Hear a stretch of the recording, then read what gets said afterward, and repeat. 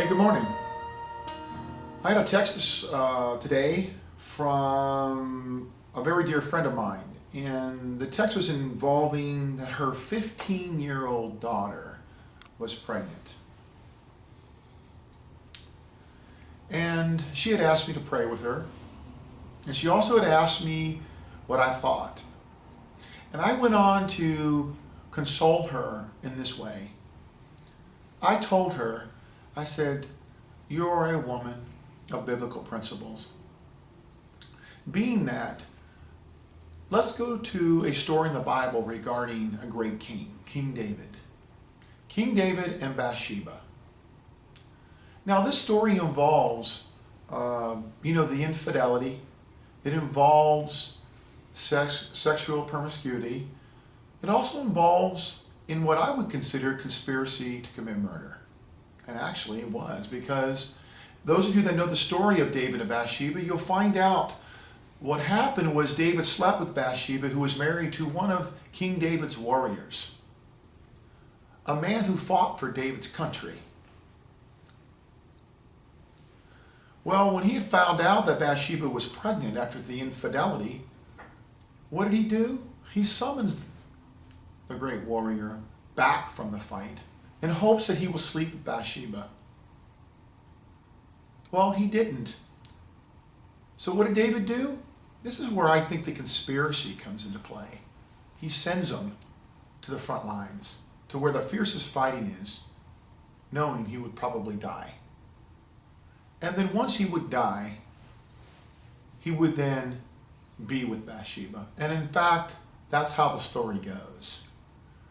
So as I'm telling this to my dear friend, I'm trying to put it in perspective to where she can see how forgiving God is, how compassionate God is, and most important, how God is just not black and white. God sets into motion the causes and effects of life and holds us accountable and responsible. That's all. Honestly, I don't think God has a position either way. I just think he says, look, you do it, you pay the price. You know what's interesting about that story? Yes, David paid the price in his darkness and anguish times when the child that Bathsheba bore died as a result of that sin. But guess what happened next?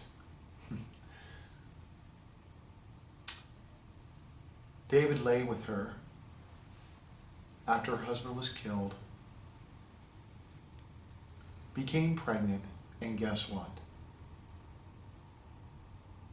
One of Israel's greatest kings was born, King Solomon, as a result of all of that mess. Something great came out of something so despicable. Certainly, and this is what I told her, certainly, if there is a God that is compassionate enough that the end result is something so great, and in 2 Samuel, read that in the Bible. Read the story of David and Bathsheba. And of course, go on and read about King Solomon. One of the richest, if not the richest man in the Bible. And all that came out of a horrible situation. Murder, infidelity. Probably could think of a lot of other things too. But you want to know something? The way I see it, and the one I told her, I said, you bear that child. And you raise that child as a great king. Well, after some prayer, she felt a whole lot better. So all you out there that are in somewhat of the same situation, you remember that.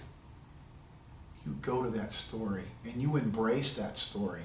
And don't let no one tell you either way of some doctrinal, theological issues of right or wrong about that. That story is just as plain as day. God's forgiving. God is loving.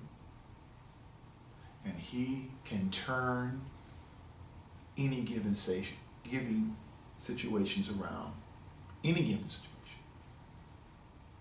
and turn it into something great. And everybody, you remember, if you're not great, then certainly you're not listening to some calling, because we were all born to be great in our own way. God bless you guys out there. I hope what I have to say hits home. Till next time, talk to you later.